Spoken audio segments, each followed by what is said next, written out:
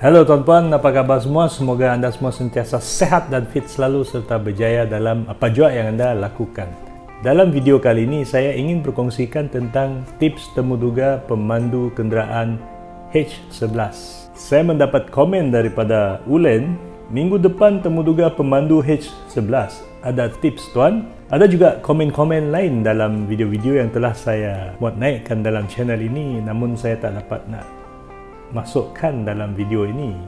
Apapun, kita akan teruskan dengan perkongsian kali ini. Saya bukan hendak mengajar tuan-puan untuk temuduga pemandu kenderaan H11 ini, tapi saya ingin berkongsikan apa yang patut dan apa yang boleh membantu anda untuk bersaing dalam temuduga yang akan anda hadiri kelak. Bagi sesiapa yang pertama kali melawati channel ini dan bagi sesiapa yang belum lagi subscribe kepada channel ini, jangan lupa tekan butang subscribe di bawah yang berwarna merah tersebut dan tekan tombol loceng untuk semua notifikasi supaya anda dapat mengikuti semua video-video baharu yang akan saya muat naikkan.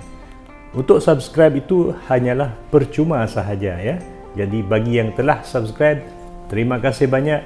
Semoga anda semua sentiasa berjaya dalam apa jua yang anda lakukan. Jadi mari bersama dengan saya kita rungkaikan.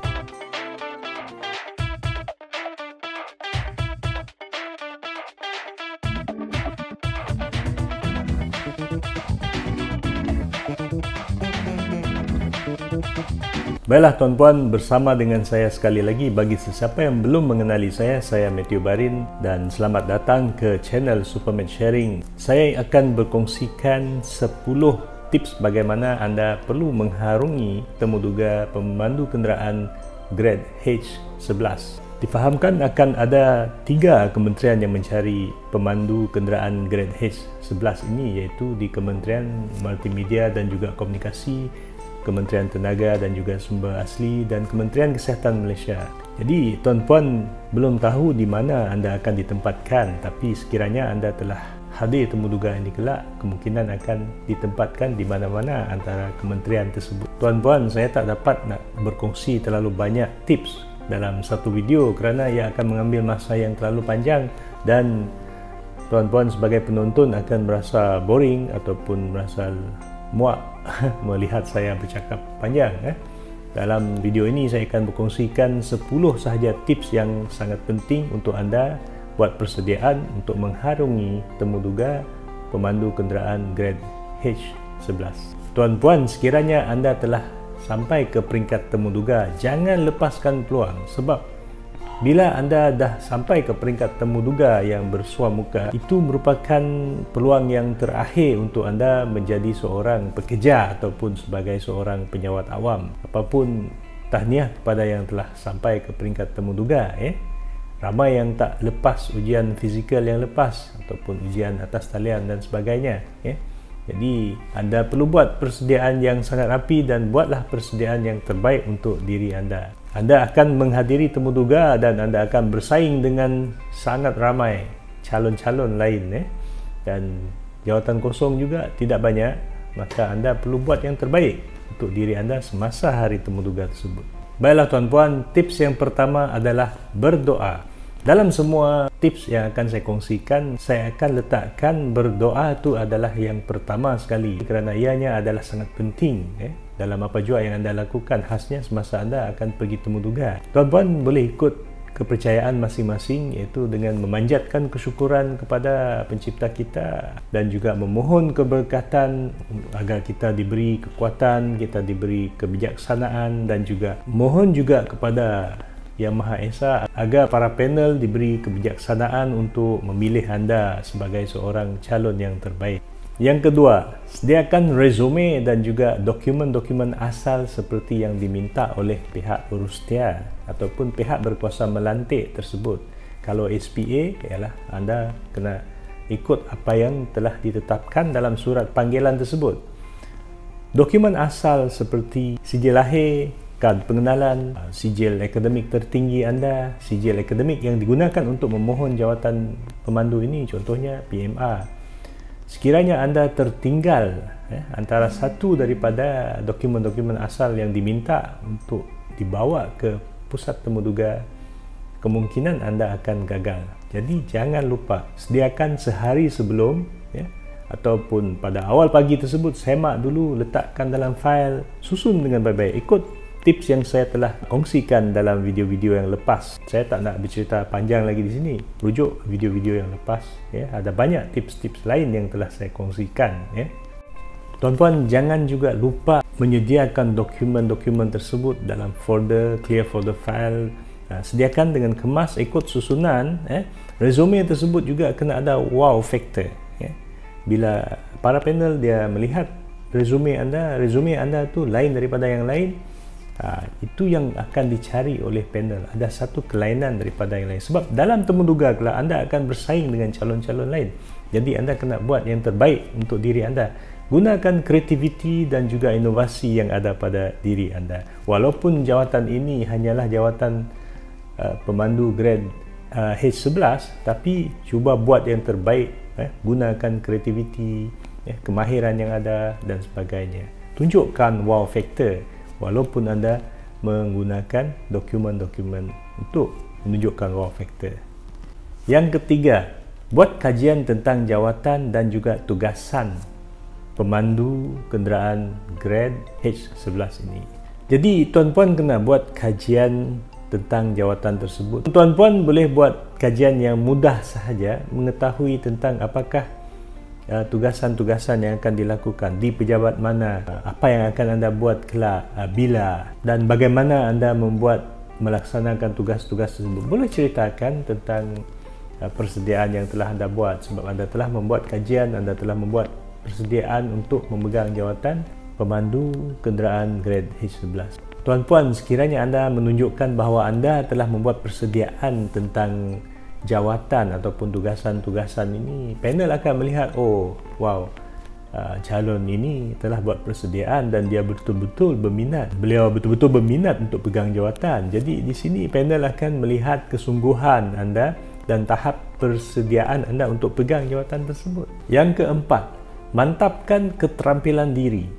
Keterampilan diri ini sangat penting, ya tuan-tuan. Dalam anda pergi temuduga, anda akan berdepan dengan panel-panel yang berpengalaman, yang bijaksana, dan anda perlu menunjukkan satu keterampilan yang kita memerlukan anda.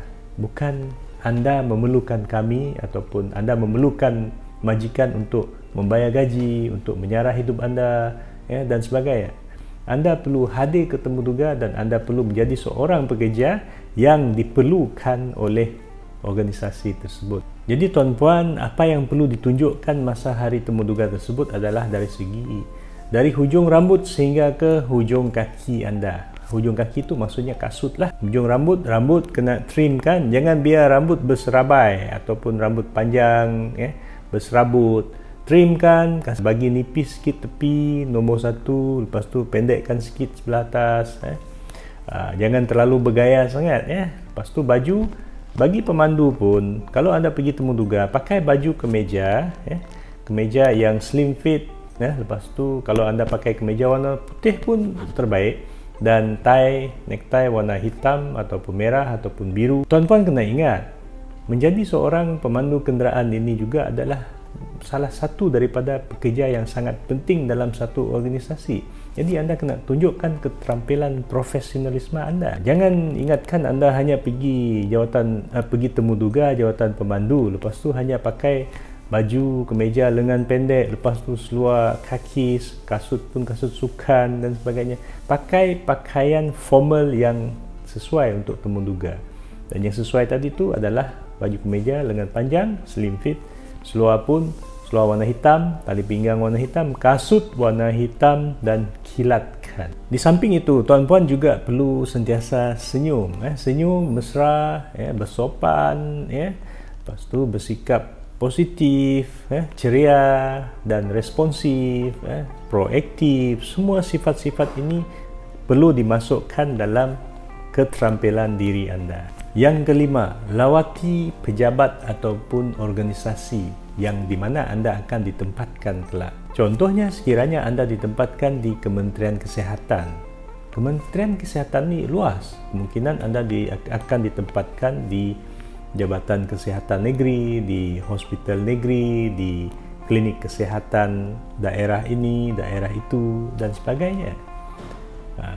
Anda perlu bersedia tentang penempatan tersebut. Jadi anda perlu pergi secara sendiri, pergi ke pejabat ataupun pergi ke organisasi di mana kemungkinan akan ada kekosongan di situ. So, anda perlu buat kajian. Sekiranya ada kekosongan di pejabat ABC misalnya, jadi anda boleh ceritakan, saya telah pergi ke pejabat ABC dan saya nampak di carta organisasi ada kekosongan di situ. Kemungkinan saya akan ditempatkan di pejabat ABC ini, dan sekiranya saya ditempatkan di pejabat ABC ini, pejabat ini akan diketuai oleh XYZ, Mr. A, Mr. B, dan saya kemungkinan akan ditempatkan di unit ini dan tugas-tugas saya akan begini.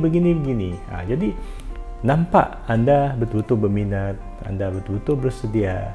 Buatlah kajian, pergi buat lawatan ke organisasi tersebut supaya anda biasakan diri. Yang keenam, lesen memandu penuh. Maksudnya di sini kemungkinan sekiranya tuan-puan ada lesen kelas E ataupun GDL. Jangan hanya ada lesen D sahaja, sebab lesen D itu akan memandu kenderaan yang ringan. Kalau anda ada lesen kelas E misalnya, kemungkinan anda boleh memandu kenderaan yang lebih berat, seperti bas, lori, sebab ada organisasi yang ada bas dan ada juga yang ada lori dan sebagainya. Sekiranya anda memiliki lesen yang lebih tinggi, kelas yang lebih tinggi, dan anda boleh membawa ataupun anda boleh memandu pelbagai jenis kenderaan, itu merupakan kelebihan pada diri anda lah. Jadi sekiranya tuan-tuan ingin nak menjadi pemandu kalau tak terlambat, kalau anda betul-betul berminat nak jadi seorang pemandu kenderaan H11 ini, sediakan diri anda dengan menaik tarafkan lesen memandu anda. Namun demikian, sekiranya anda tiada lesen kelas E, anda hanya ada lesen kelas D, beritahu panel bahawa sekiranya tuan-puan bagi peluang kepada saya untuk pegang jawatan ini kelak, saya akan memiliki lesen kelas E. Saya akan bersedia untuk memandu kenderaan yang lebih berat.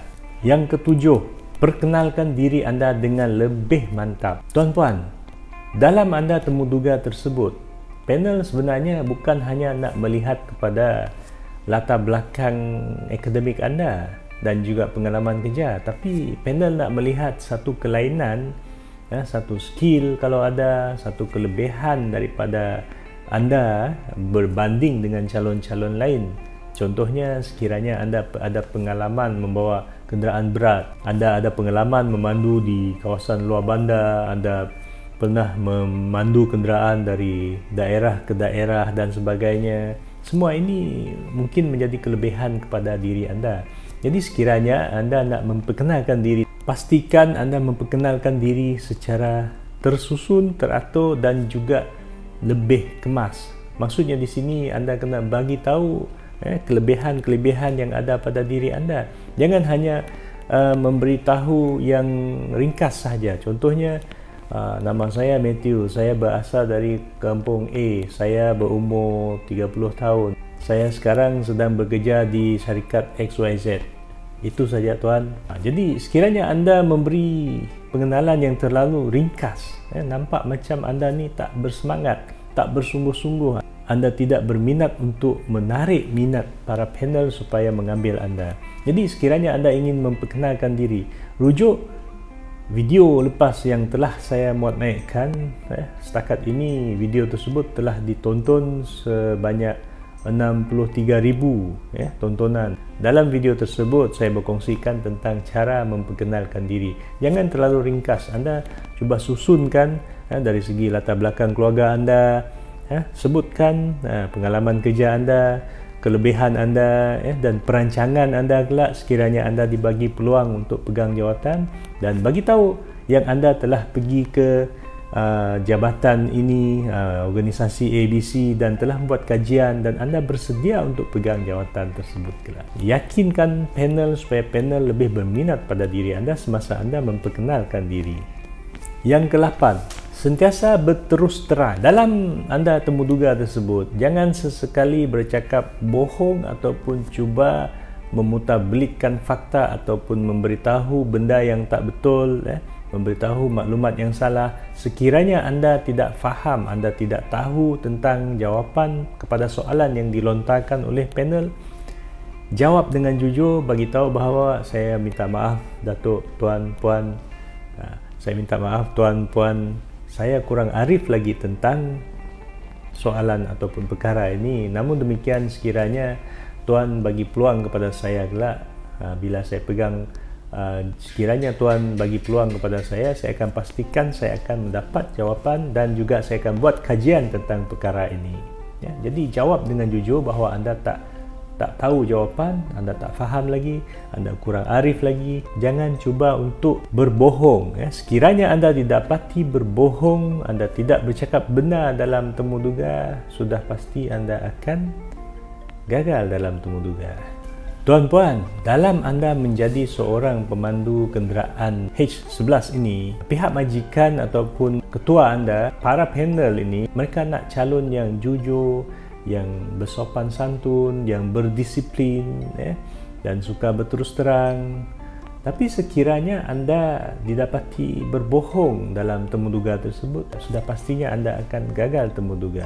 Yang kesembilan, nyatakan harapan. Sekiranya anda dibagi peluang untuk bercakap di penghujung sesi temuduga tersebut, jangan lupa untuk nyatakan harapan. Bagi tahu bahawa, okey, terima kasih Tuan, Puan, kerana bagi peluang kepada saya untuk temuduga pada kali ini. Saya sangat berharap untuk mendapat jawatan ini dan saya sangat bersedia dan saya memiliki keyakinan yang tinggi terhadap diri saya dan saya amat bersedia untuk pegang jawatan ini kelak, dan saya ingin menyumbang dan saya ingin memberi perkhidmatan yang terbaik dan cemerlang kepada organisasi kelak. Dan saya tidak akan menghampakan pilihan pihak Tuan, Puan. Bagi harapan. Sekiranya anda just terima kasih Tuan, itu saja, tak ada soalan. Sekiranya anda ditanya soalan, jangan kata oh tidak ada soalan, itu saja. Seolah-olah macam anda tidak berharap sangat. Jadi sekiranya anda pergi temuduga, sudah pergi ke peringkat temuduga, tunjukkan yang anda betul-betul berminat untuk memegang jawatan tersebut dan anda betul-betul berharap untuk lulus temuduga. Yang ke-10, buat latihan simulasi. Dalam semua temuduga, anda perlu buat latihan simulasi. Sekiranya anda temuduga secara bersemuka dengan para panel, pastikan anda buat latihan, anda masuk ke dalam bilik, anda bawa dokumen, anda berjalan menuju ke kerusi ataupun anda berjalan menuju kepada panel, anda memberi dokumen dengan dua tangan. Semua ini anda undur ke belakang, berdiri sebelah kerusi. Dalam video-video lepas saya dah ajar semua ini dan saya telah kongsikan tips-tips untuk cara masuk bilik temuduga, cara keluar bilik temuduga.